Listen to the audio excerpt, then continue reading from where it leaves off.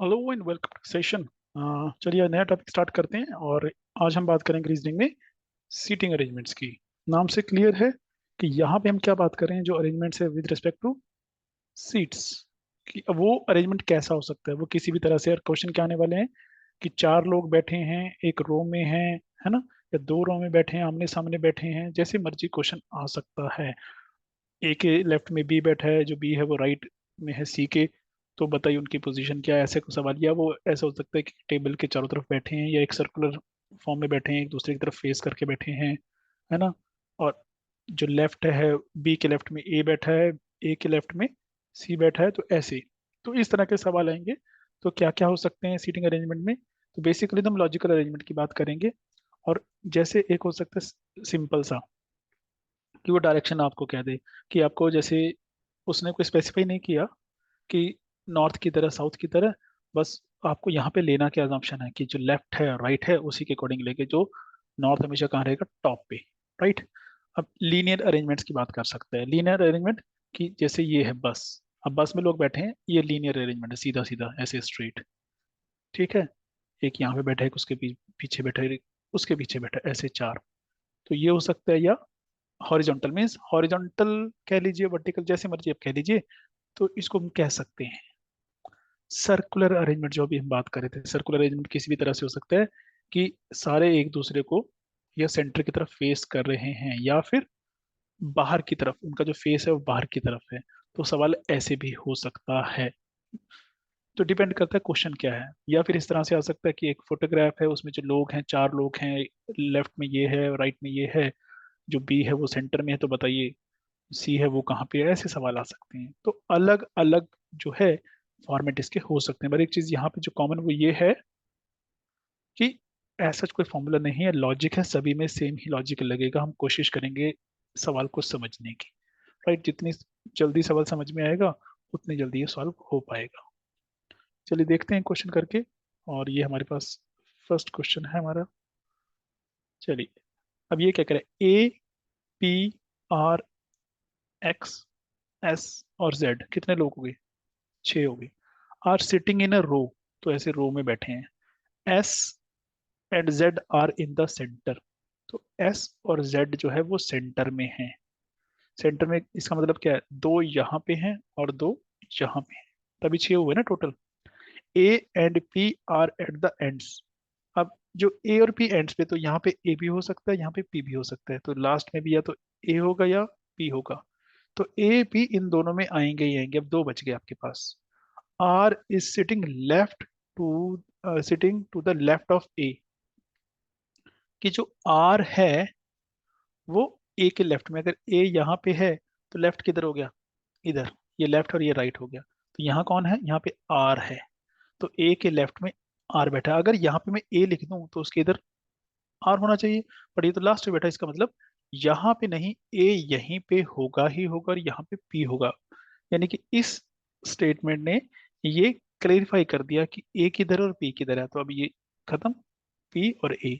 और यहाँ पे इसी में लिखा आर जो है उसके लेफ्ट में है। अब पूछा क्या, who is to the right of P, P के राइट में कौन है। अब देखो एस जेड तो बीच में थे। अब आप कहेंगे एस यहाँ क्यों लिखा, जेड एस लिख लो, एस जेड लिख लो, कोई फर्क नहीं पड़ता क्योंकि दोनों बीच में हैं। आर यहाँ पे आ गया, ए यहाँ पे आ गया, बचा कौन, एक ही बचा है, वो है एक्स। अब पूछा गया है कि पी के राइट में, पी के राइट में किधर है, राइट ये है, तो यहाँ पे एक्स है। तो आंसर क्या होना चाहिए, इसका आंसर ये होना चाहिए बी, राइट। यही answer, yes B, option B is the right answer. तो हमने क्या किया है कि जो स्टेटमेंट है उसको पढ़ा, उसको समझा, और उसको क्या कर दिया, यहाँ पे डायग्रामेटिकली रिप्रेजेंट कर दिया। वही कोशिश करेंगे, ठीक है। चलिए आगे चलते हैं नेक्स्ट क्वेश्चन पे।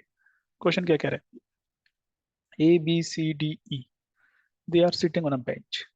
ए is sitting next to B, जो ए है बी के आगे बैठा है। अगर यहाँ पे बी है तो उसके आगे ए बैठा है, right. C is sitting next to D, अब जो सी है वो, C sitting next to D. अब सी जो है वो डी के आगे बैठा है। अभी यहाँ पे मैं कुछ नहीं बना रहा, अलग अलग मैं बना रहा हूँ क्योंकि अभी मुझे नहीं पता ये कहाँ पे होने वाला है। D is not sitting, total है कितने, 5 हैं ये। अब ऐसे कर दो, 1 2 3 4 5, कितने भी रख लो, है ना, या ऐसे रख लो 5 6, कुछ भी रख लो, अभी तो यही है, अभी तो हमें पता नहीं लग रहा कहाँ पे क्या लिखना है। D is not sitting with E, तो जो डी है, अगर यहाँ पे डी और सी यहाँ पे ले लें दोनों को, तो क्या होगा, यहाँ पे क्या आ जाएगा, सी और ई आ जाएगा ना, सॉरी बी और ई आ जाएगा, बी और ई। अगर बी और ई यहाँ पे आएगा, तो ये क्या कह रहा है, D is not sitting with E. तो यहाँ पे अगर ई आता है तो यहाँ डी नहीं आएगा, इसका मतलब डी तो इन दोनों में ही कहीं आएगा, क्योंकि दोनों आसपास नहीं होंगे। जहां डी होगा इसका मतलब वहां पे ई नहीं होगा, राइट। तो अगर यहाँ पे मैं डी और सी लिख दूं, तो यहाँ पे बी और ई आना चाहिए, तो ऐसा कुछ ये कह रहा है। D is not sitting with E who is on the left end of the bench. अब ये देखिए ध्यान से, इसने पूरा गेम बदल दिया। ई जो है, डी ई के साथ नहीं बैठा है, और ई कहाँ पे है, on the left end of the bench. Left and कौन सा, ये यहाँ पे ई बैठा, इसने श्योर कर दिया, अगर यहाँ पे है तो इन दोनों में डी और सी होगा ही होगा, इन दोनों में डी और सी हम देखेंगे। अब ये तो आपके पास क्लियर है, यहाँ पे डी और सी आना चाहिए, यहाँ पे ई है, तो बचा कौन सा है, तो यहाँ पे रिलेटिवली आपके पास बी आना चाहिए, ठीक है। C is on the second position of the from the right. C जो है सेकंड पोजीशन, ये फर्स्ट है तो ये सेकंड, यहाँ पे सी है तो ऑब्वियसली यहाँ डी होना चाहिए। A is to the right of B, जो अब ये हमने ए बी नहीं लिखा, बी ए लिखा था, बट अब इससे क्लैरिफाई हो जाएगा, जो ए है वो बी के राइट में है, अगर बी यहाँ पे है तभी उसके राइट में ए आएगा, तो इसका मतलब हमने ये ठीक बना दिया है अभी तक तो। बी एंड ई, और ई के भी राइट में। अब बी और ई के, वेर इज बी, ओहो यहाँ कुछ गलत तो नहीं कर गए हम, अच्छा 2 3 चीजें बार बार लिख गए, तो इसका मतलब बी ए, बी तो लिखा ही हुआ था, ठीक तो है, तो बी और ई के राइट में ए आ गया, राइट, ये भी ठीक है।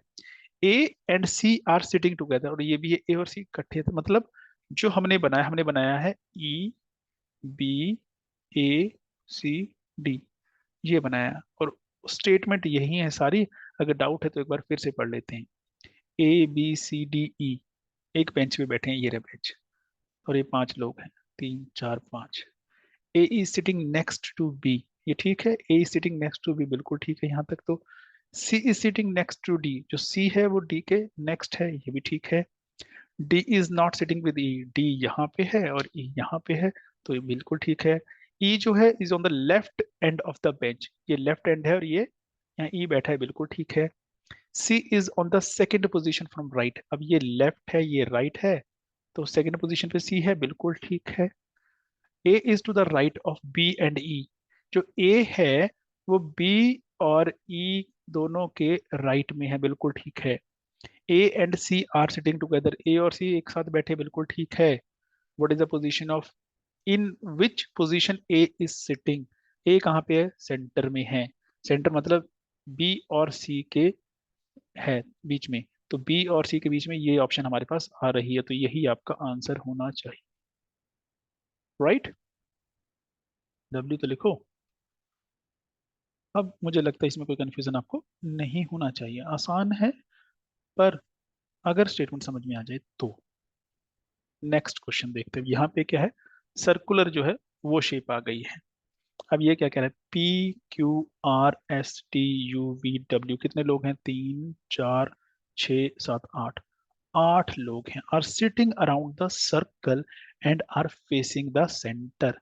तो सर्कल ऐसे, ये सर्कल है, अब यहाँ पे 8 डॉट लगा लो, 1 2 3 4 5 6 7 8।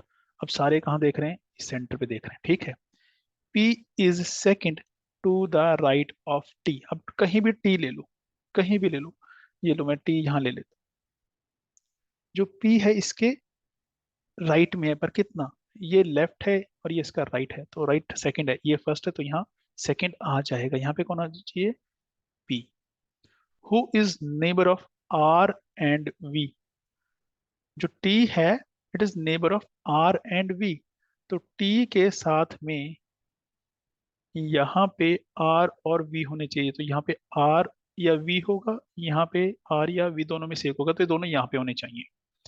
As is not the neighbour of P, अब जो एस है वो उसका नेबर नहीं होगा किसका, पी का, इसका मतलब वो यहाँ पे भी नहीं होगा और यहाँ पे भी नहीं होगा, तो इन दोनों में से कहीं एस होना चाहिए। चलिए, V is neighbour of U, जो वी है वो यू का नेबर है। अगर मैं यहाँ पे वी लिख दूं, राइट, तो यहाँ पे कहीं यू आना चाहिए, यही कह रहा है ये, यही कह रहा है ना। उसके बाद क्या कह रहा है, V is the neighbour of U, Q is not between S and W. अब डब्ल्यू कहाँ पे है, अगर यहाँ पे इन दोनों में एस है तो यहाँ तो जगह नहीं है क्योंकि आर भी है, तो डब्ल्यू यहाँ पे भी आ सकता है, डब्ल्यू यहाँ पे भी आ सकता है। बट ये क्या कह रहा है, Q is not between S and W, इसका मतलब एस एंड डब्ल्यू इकट्ठे हैं, क्योंकि अगर यहाँ पे डब्ल्यू आ गया तो ये क्यू इसके बीच में आ जाएगा। इसका मतलब अगर यहाँ पे एस है तो यहाँ पे है, यहाँ पे एस है तो यहाँ पे डब्ल्यू होगा, ये दोनों इकट्ठे हो सकते हैं, ये चांस बढ़ गया है। W is not between you and S, तो अगर यहाँ पे एस है और यू इसके साथ में हमने बात की थी, इसका मतलब एस यहीं रहेगा और डब्ल्यू यहीं रहेगा क्योंकि उनके बीच में नहीं आएगा, राइट। अब देखते हैं, दोबारा समझते हैं अब हमारे पास क्या क्या आ गया। अब यानी कि टी आपके पास क्लियर है, आपके पास ऐसे यहाँ पे लिख लेते हैं, टी आपके पास क्लियर है, पी आपके पास क्लियर है, और ऑलमोस्ट एस भी क्लियर है, राइट। या ठीक है, और इधर डब्ल्यू है और इधर एस है, ये क्लियर है। अब बाकी कितने रह गए बीच में, पी और टी, यहाँ पे एक हमने छोड़ा हुआ है, यस, पी और टी के बीच में, और एस के बाद जो है यहाँ पे दो थे, यस, एस के बाद दो थे,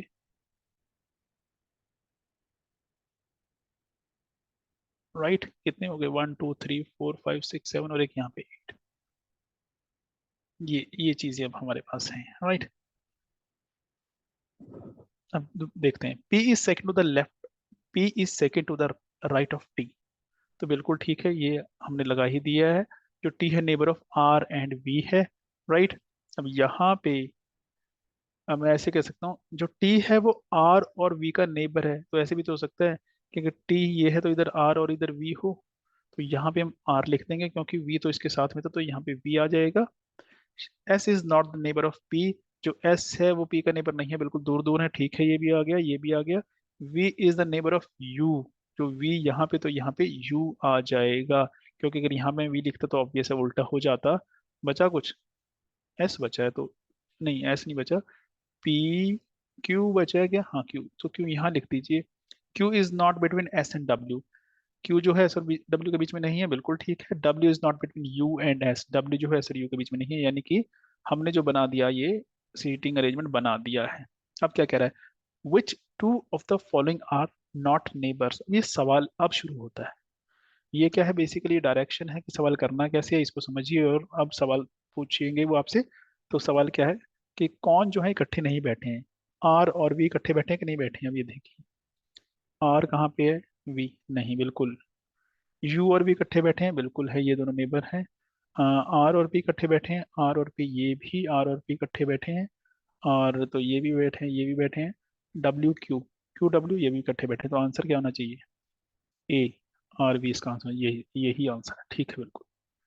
चलिए आगे चलते हैं, this is the next question we have. अब एक एग्जीबिशन लगी, डायरेक्शन है कि एक एग्जीबिशन लगी है, 7 cars of different companies, Cadillac, Ambassador, Fiat, Maruti, Mercedes, Bedford and Fargo. ये कहाँ पे खड़ी हैं, they are standing facing to the east, सारी खड़ी हैं, उनका जो डायरेक्शन है वो ईस्ट की तरफ है।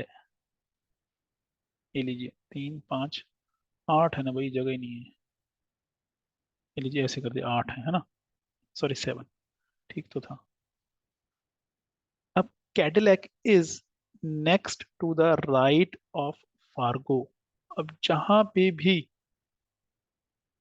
फार्गो है उसके राइट में क्या है, कैडिलैक है। अगर यहाँ पे फार्गो है तो उसके राइट में, इधर को फेस है ना, तो राइट की तरफ इधर होगा, तो यहाँ पे कैडिलैक होगी, कैडिलैक, राइट, कैडिलैक। आगे क्या कह रहा है, Fargo is fourth to the right of Fiat, जो ये है ना, ये फोर्थ है किससे?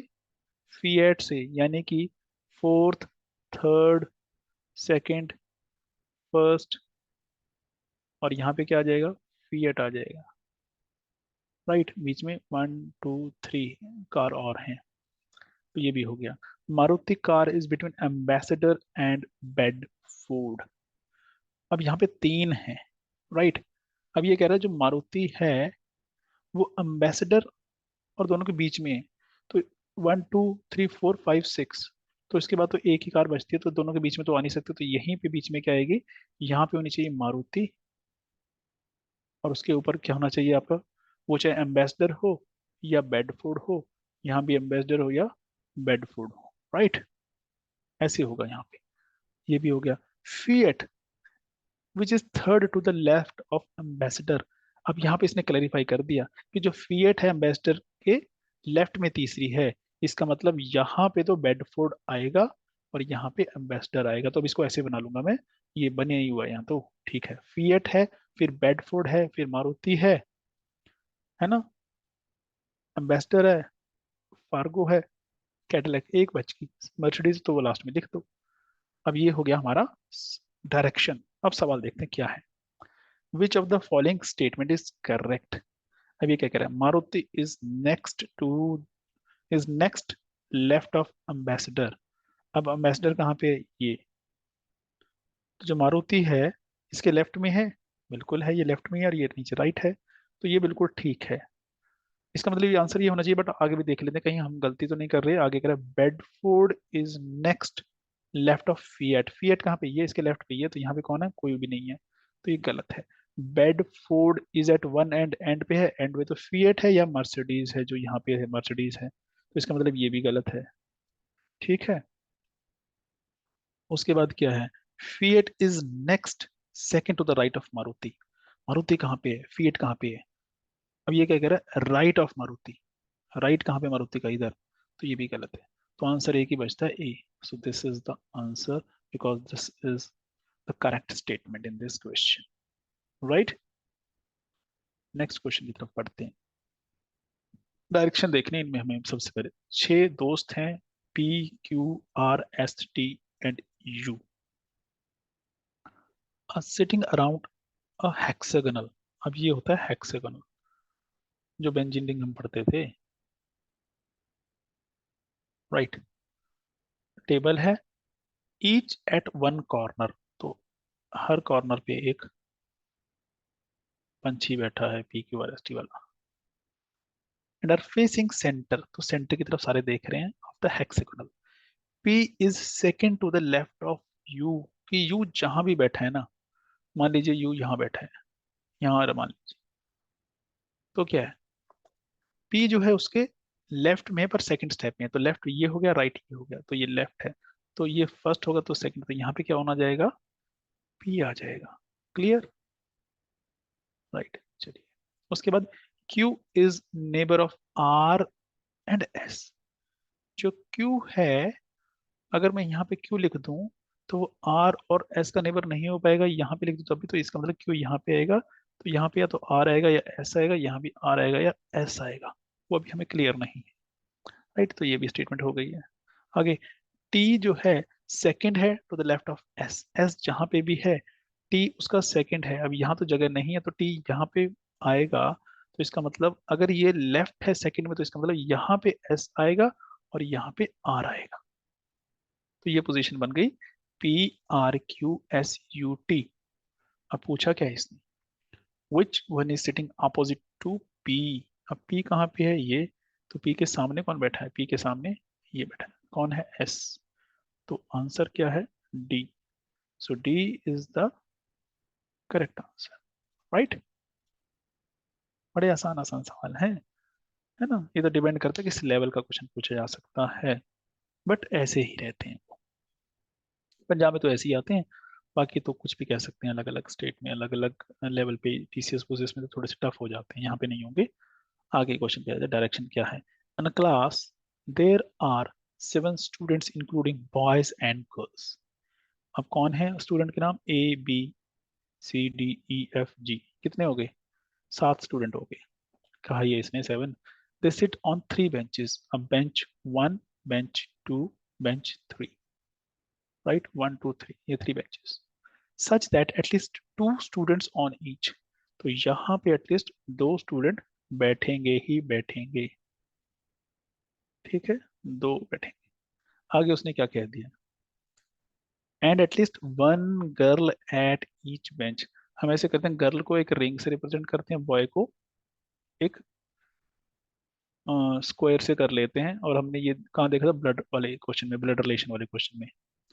तो अगर गर्ल है तो हर एक पे एक सर्कल तो आएगा ही आएगा, और वो सर्कल किस पे आ सकता है, इस पे या इस पे, इस पे या इस पे, वो मुझे क्लियर नहीं इसलिए मैंने बाहर रख दिया, ठीक है। हर एक पे 2 लोग बैठेंगे, और जिनमें से एक लड़की होगी, क्योंकि 7 है तो एक पे किसी पे 3 बैठेंगे ही बैठेंगे, ठीक है। अब आगे देखते हैं, C who is a girl does not sit with A. तो अगर यहाँ पे सी है तो यहाँ पे ए नहीं होगा, या यहाँ पे ए है तो सी नहीं, यानी कि ए और सी इकट्ठे नहीं होंगे, right. Seat with A E D, और ना ही ई और डी। तो जहां पे ए ई डी है वहां पे सी नहीं होगी, ए ई डी। तो अगर मैं ए ई डी को इसमें उठा लूं तो सी यहाँ यहाँ यहाँ कहीं नहीं होगी। इसका मतलब क्या है, इनमें से कोई 2 एक साथ बैठेंगे तभी पॉसिबल है, चाहे ए डी इकट्ठे बैठे या ए ई इकट्ठे बैठे। तो इसका मतलब ये तो है, सी तो एक लड़की है, यहाँ पे लिख लेते हैं सी, ऐसे लगा लीजिए। उसके बाद का एफ, ये कौन है, ये बॉय है, यहाँ तो नहीं एफ का नाम है, नहीं। तो F, the boy student sits with only B. तो जहां पे भी एफ है वहां बी है, जहां एफ है वहां बी है। अब बी कौन है, लड़का या लड़की, कुछ भी हो सकता है, क्योंकि इकट्ठे बैठेंगे तो मोस्ट प्रोबेबली लड़की होने के चांसेस हैं, बट अभी हमें नहीं पता। ओनली बी, ये क्लियर हो गया यहाँ तक। उसके बाद A sits on the bench 1। अब ए यहाँ पे बैठा है फर्स्ट बेंच पे, अगर यहाँ पे बैठा है इसका मतलब यहाँ पे सी नहीं है। अगर यहाँ पे सी नहीं है तो यहाँ पे भी नहीं होगा, क्यों, क्योंकि यहाँ पे एक जगह एफ है तो उसके साथ बी होगा। चलो अभी उसको भी नहीं लिखेंगे। So A sits on the bench 1 with his best friends. Friends लिखा है, एक नहीं, फ्रेंड्स, यानी कि 2 लोग यहाँ पे होंगे। जी सिट्स ऑन द बेंच 3, तो इसका मतलब जी कहीं यहाँ पे है, राइट। 3 ये भी हो गया। E is the brother of C, जो ई है इसका मतलब ये एक लड़का है, राइट। और हमने ये देख लिया, ये लो, ई जो है एक बॉय है। अब देखते हैं क्या बनता है, दोबारा से सारी स्टेटमेंट पढ़ेंगे। सी हमें पता है कि लड़की है, एफ क्या है, एक लड़का है, ठीक है। उसके बाद ई जो है वो भी एक लड़का है, जी ये बैठा है, ये भी एक लड़का है, G sits on the bench 3, most probably ये भी वही है। अब दोबारा से पढ़ते हैं, 2 students on the each bench, यहाँ पे यहाँ से आ जाइए, at least 1 girl on the each bench, C who is a girl. अब सी जो है इन तीनों में से कहीं है, तो पर इसने कहा है कि ई के साथ नहीं होगी, राइट। तो अगर ए के साथ ई है तो यहाँ पे सी नहीं होगा, तो सी के चांसेस यहाँ पे खत्म हो जाते हैं। उसके बाद यहाँ पे उसने कहा डी के साथ भी नहीं होगा, राइट। और एक लड़की भी बैठनी है, अगर एक लड़की बैठनी है और जी अगर मान लीजिए एक लड़का है, तो यहाँ पे भी सी नहीं, तो यहाँ पे मोस्ट प्रोबेबली चांसेस सी के बन जाते हैं, राइट। ये लीजिए। उसके बाद F, the boy student sits with B. F एक बॉय है, ये लो, और ये बी के साथ ही बैठता है, तो बी कौन है, एक लड़की होगी बी। ये लीजिए, बी और सी दोनों लड़की हैं। उसके बाद A sits only on the bench 1, तो ये हमने लिखा ही हुआ है, विथ हिज बेस्ट फ्रेंड्स, ठीक है। G sit on the bench 3, E is the brother of C. जो ई है वो सी का ब्रदर है। अब यहाँ पे जगह नहीं तो ई यहीं पे आएगा, ये ब्रदर है, ये लड़का है, ये हमें पहले ही पता है ना।